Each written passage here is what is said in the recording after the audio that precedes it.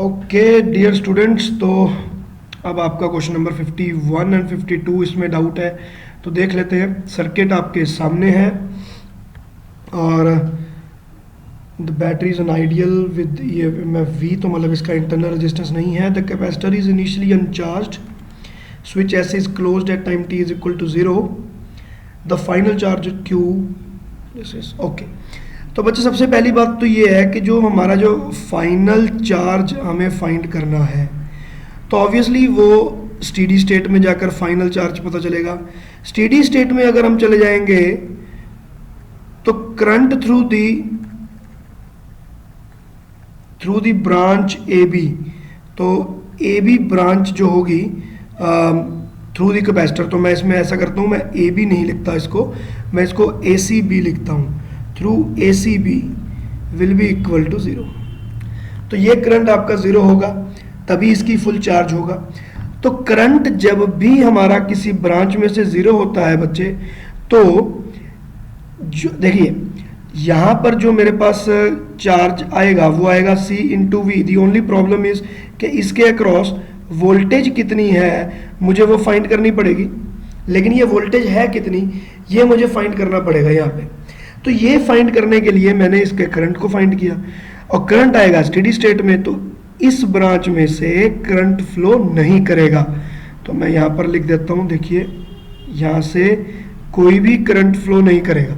तो अगर यहाँ से कोई करंट फ्लो नहीं करेगा तो in this condition the voltage across C will be equal to voltage across A B, और जो ये वाला रेजिस्टेंस है इसका हमें कोई भी फर्क नहीं पड़ता। तो ऐसे केस में मुझे ये वाली वोल्टेज VC फाइंड करने के लिए मैं सिर्फ voltage across A and B find कर लेता हूँ। तो मेरे लिए अब ये एक बहुत ही सिंपल सर्किट बन गया। यहाँ पर बैटरी है, यहाँ पर R/2 है, यहाँ पर R है, और उसके बाद फिर से R/2 है। और दूसरा सर्किट मैंने बनाया ही नहीं, क्योंकि वो वाला सर्किट जो है उसमें करंट फ्लो नहीं करेगा। तो मेरा इस पॉइंट को मैंने लिखा A, इस पॉइंट को लिखा B। तो what will be the voltage A B? That will be equal to the current in the circuit into R। Current will be given by V divided by 2R।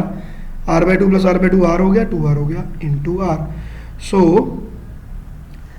The current, तो voltage will be V/2।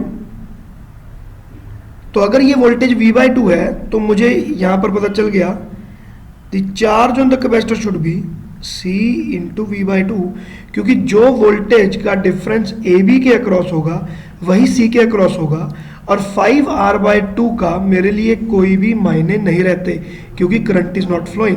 अगर current flow करता तो मैं इसमें से voltage drop लेता और बचा हुआ वोल्टेज इसके अक्रॉस लेता, लेकिन क्योंकि करंट फ्लो कर ही नहीं रहा है तो इसके अक्रॉस कोई भी वोल्टेज ड्रॉप नहीं है। तो आपके पास यहाँ पर चार्ज हो जाता है CV/2। The final charge on the capacitor will be CV/2, so the answer is 1। और अगर मैं 52 क्वेश्चन की बात करता हूं तो ये इसी क्वेश्चन का सेकंड पार्ट है। तो the current in the steady state is, obviously जो करंट आपके पास आ रहा है वो तो मैं पहले ही निकाल चुका हूं, V divided by 2R, option number 1। तो current from the capacitor in steady state is always 0, वो हमें पता ही है।